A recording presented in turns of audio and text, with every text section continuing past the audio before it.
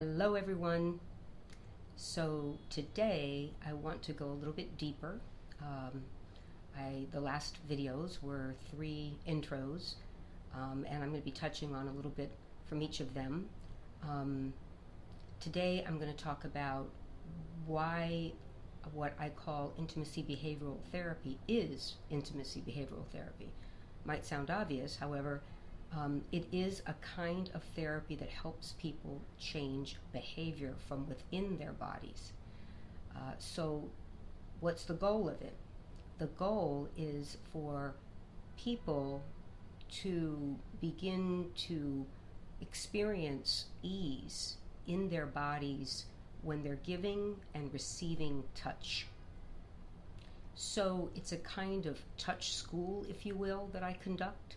A combination of talk therapy as well as guided touch exercises based in breath and sensate focus as a way to continuously come back to the present moment. Intimacy behavioral therapy is different from what you might think of as like cognitive therapy. And the reason is because we're really focusing on helping access what the body is feeling without or with as little input from the mind or the monkey mind, the brain. So it's again, intimacy behavioral therapy seeks to replace anxious behavior, which comes usually from the fight, flight, freeze mechanism in our brains that they are wired for survival.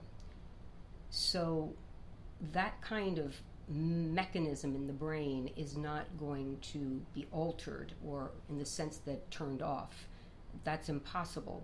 But what can happen, and does happen in my experience, that gradually, by practicing a way of being through touch, one can begin to notice when they are in the grips of the fear, the anxiety, the shame, even terror, and begin to lessen the grip of that, replace it with ease using the tools of breath and focusing on what one is actually feeling, literally feeling in the moment when touching or receiving touch. And that little by little begins to, over time, with consistency, with practice, with willingness to engage in this process, that begins to replace the fear-based, anxious response to intimacy, and or a foreknowledge of intimacy, the worry about what will happen in the future, in the near future, if one is about to engage.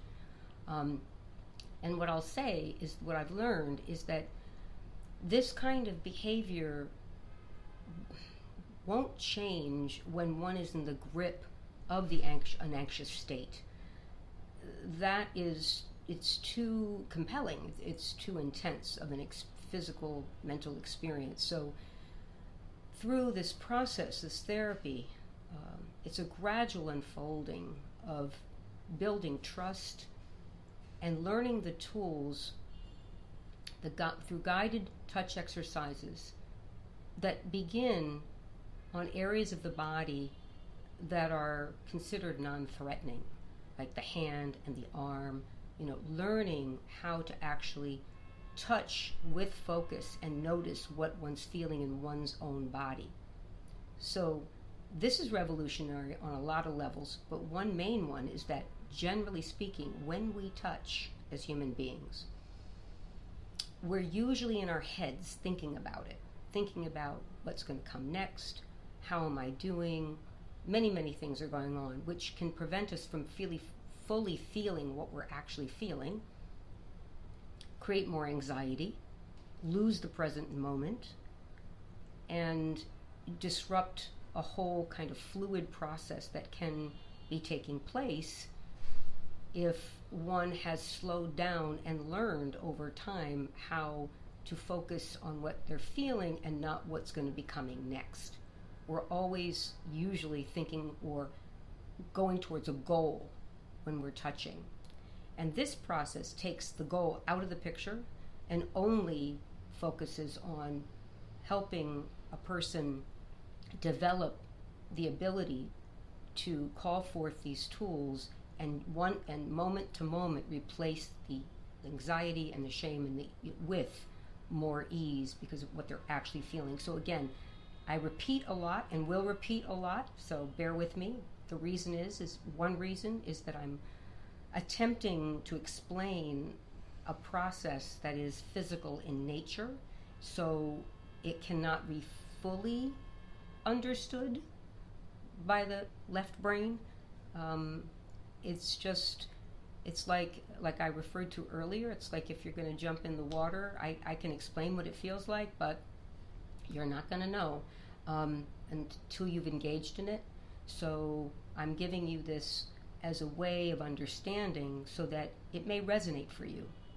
And if it resonates for you, then that means it's a possible way to be helpful.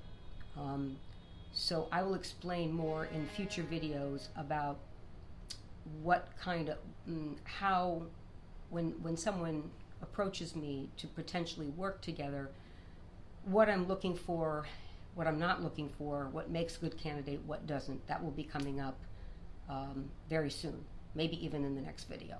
So thank you for listening, and I will be, continuously explaining this process from different angles, and